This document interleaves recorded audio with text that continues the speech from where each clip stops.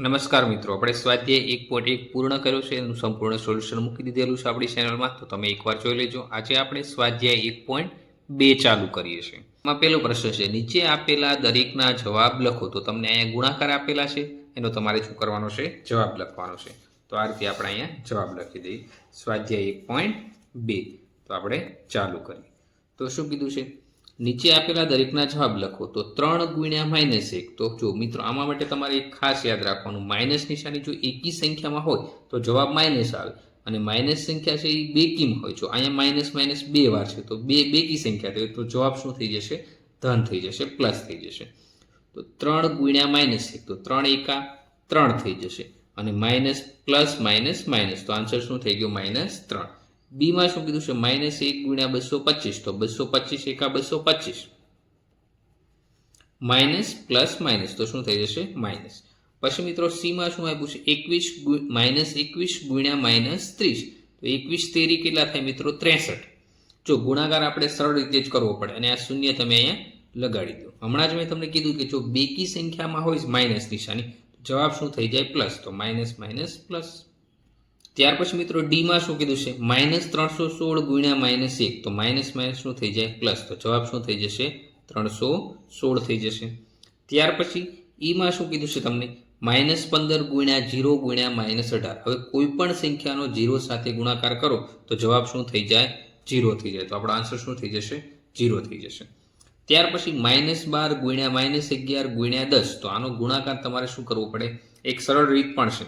પહેલાં તમે 2 ના 2 એમના મૂકી દો, 12 ગુણ્યા -11 કરો તો 2 ના 2 એમના મૂકી દો. હવે શું થઈ જશે? આ બંનેનો સરવાળો મૂકવાનો, તો 2 + 1 એટલે 3 થઈ જશે, અને એકડો તમે એમના મૂકી દો. તો આ ગુણાકારની સરળ રીત છે.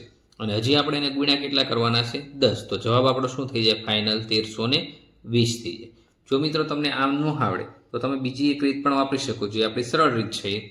12 ગુણ્યા 11 કરો તો શું થઈ જશે? 0. આ 12 એમના, 2 એકા 2 અને 1, તો શું થઈ ગયું? 2 132. સાદો ગુણાકાર. તો આ બંનેનો ગુણાકાર કેટલો થયો? જો મિત્રો, માઇનસ માઇનસ પ્લસ, તો આ 132 થઈ ગયા, ગુણ્યા 10, તો ફાઇનલ જવાબ આપણો કેટલો થઈ જશે? 1320 થઈ જશે.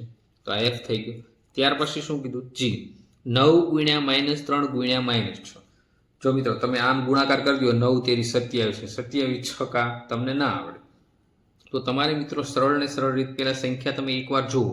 તો જો મિત્રો, આમાં શું થઈ જશે? 3 6 18 થઈ જાય. ચાલો, તો આ નવડો આપણે એમ નામ રહી દઈએ. 3 6 18, માઇનસ માઇનસ શું થઈ જશે? પ્લસ. તો અહીં 18 કરી દઈએ. હવે 18 નો ઘડીયો આપણને આવડતો હોય તો 18 નવા કેટલા થઈ જશે? 162 થઈ જાય. તો જવાબ આપણો કેટલો થઈ ગયો? 162 થઈ ગયો. આ સરળ રીતે ગુણાકાર થઈ ગયો. ત્યાર પછી મિત્રો જો આમાં જો -18 ગુણ્યા -5 ગુણ્યા -4, આમાં 3 સંખ્યા આપી અને ત્રણેય માઇનસ. મેં હમણાં તમને કીધું છું, જો એકી સંખ્યામાં માઇનસ હોય તો તમારો જવાબ શેમાં આવશે? માઇનસમાં આવશે. તો જવાબ આપણો માઇનસમાં આવશે. ફાઇનલ થઈ ગયું. હવે શું થઈ જશે? 18 પંચા કેટલા થઈ ગયા? 90 થઈ ગયા. આ માઇનસ માઇનસ પ્લસ થઈ ગયા, ગુણ્યા આ -4 એમના.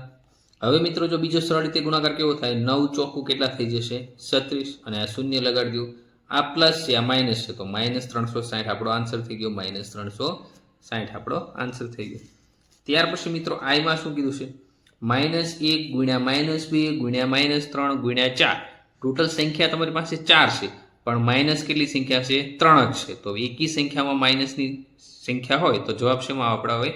માઇનસમાં. તો આપણો જવાબ શેમાં આવશે? માઇનસમાં. એ તો ફાઇનલ થઈ ગયું. હવે 1 ગુણ્યા 2, તો માઇનસ માઇનસ પ્લસ, તો આનો ગુણાકાર શું થઈ જશે? 2 ગુણ્યા માઇનસ પ્લસ માઇનસ, 3 ચોખ્ખું કેટલા થઈ જશે? 12, પણ આ માઇનસ છે, આ પ્લસ છે, એટલે આ 12 એમ નામ રહેશે. હવે 12 દુ કેટલા થઈ ગયા? 24. હવે જવાબ તો માઇનસમાં જ આવવાનો, મેં અગાઉ તમને કહી દીધું. તો 12 દુ 24, એટલે આ માઇનસની નીચાની, પ્લસ માઇનસ માઇનસ, તો જવાબ કેટલો થઈ ગયો? -24 થઈ ગયો.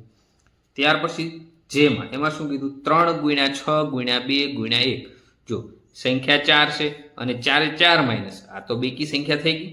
4 માઇનસ એટલે બેકી સંખ્યા. તો જ્યારે બેકી સંખ્યામાં માઇનસ હોય ત્યારે જવાબ આપણો કેવો આવશે? પ્લસમાં આવશે. હવે 3 6 18 ગુણ્યા 2 એકા 2, તો શું થઈ જશે? 18 દુ 36. તો આપણે અહીંયા શું થઈ ગયું? પ્રશ્ન 1 નો આન્સર પૂરો થઈ ગયો. તો મિત્રો તમને 1 થી 20 ઘડિયા ફરજિયાત 7મા ધોરણમાં આવડવો જોઈએ, તો જ તમે આ ગુણાકાર ફટાફટ કરી શકશો, નકર તમારું પેપર પૂરું થઈ શકશે નહીં મિત્રો. તો આ આપણો અહીંયા ગુણાકાર શું થઈ જશે?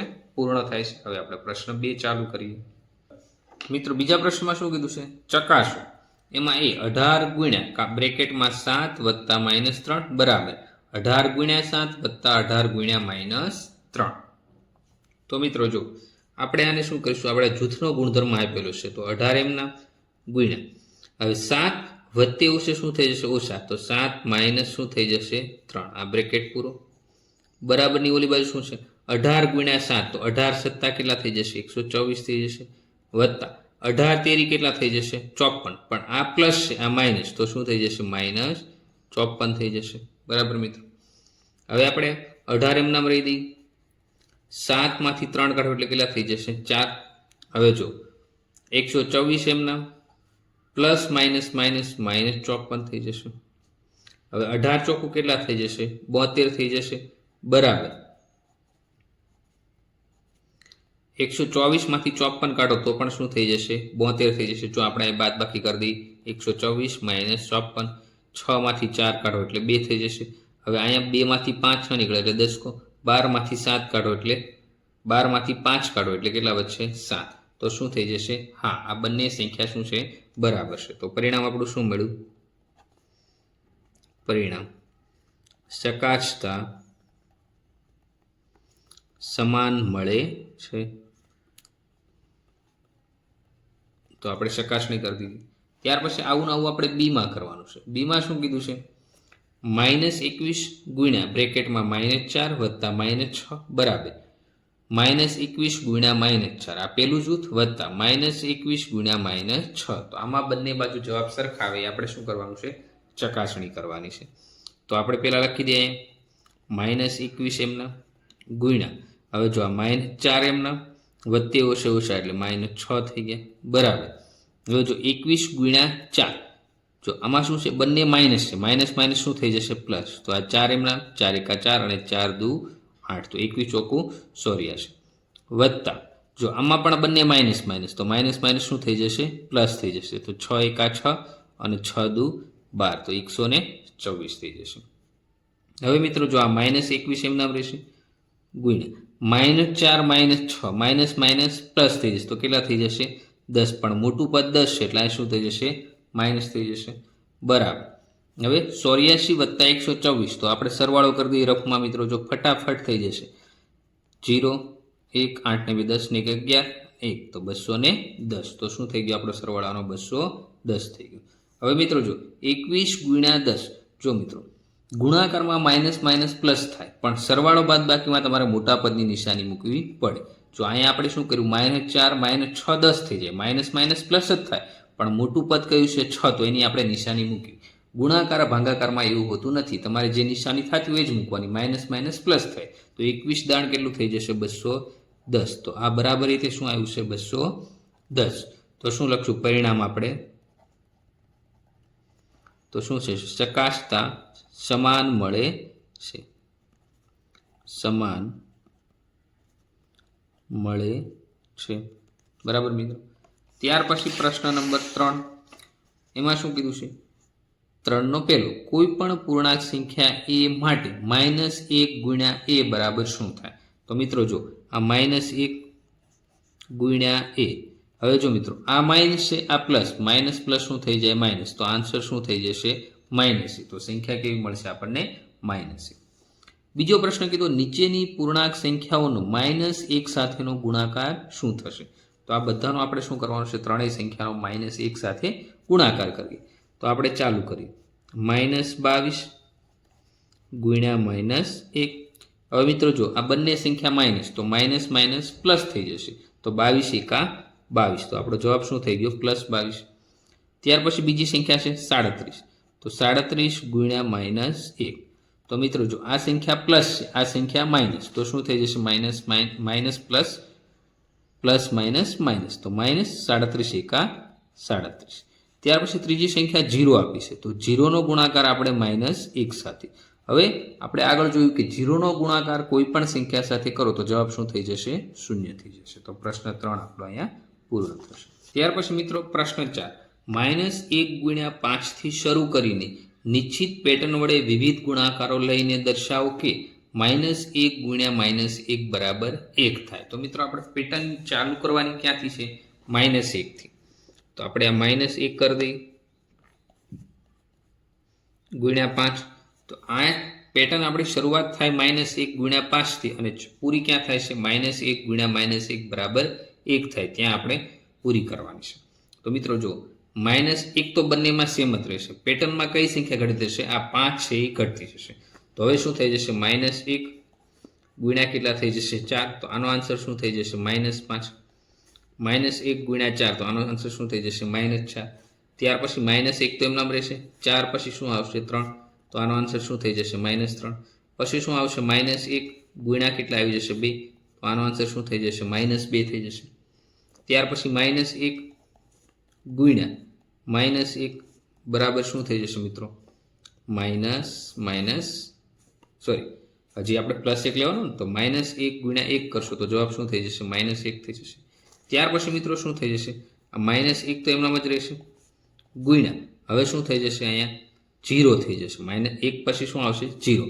તો આ શું થઈ જશે? આન્સર 0. કેમ કે કોઈ પણ સંખ્યાનો 0 સાથે ગુણાકાર શું થાય છે? 0 થાય છે. ત્યાર પછી મિત્રો શું થશે? -1 એમ નામ રહેશે. હવે 0 પછી શું આવશે? સંખ્યા -1. તો માઇનસ શું થઈ જશે? પ્લસ. તો જવાબ શું થઈ જશે આપણો? +1. તો આપણે એક બીજી પેટર્ન પણ આ રીતે આગળ કરી શકો છો. -5 + 0. તો -5 + 0 એટલે -5 થઈ જશે. -5 + 1 તો શું થઈ જશે? -5 માંથી 1 કાઢો એટલે -4 આવી જાય. પછી આપણે -5 + 2. 5 માંથી 2 કાઢો એટલે 3. -3 જવાબ આવી જાય. -5 + 3 પ્લસ માઇનસ 5 માંથી 3 કાઢો એટલે -2 આવી ગયા. મોટું પદ માઇનસ એટલે બધા આન્સર માઇનસમાં આવશે. -5 + 4 માઇનસ પ્લસ માઇનસ 5 મોટા છે એટલે -1.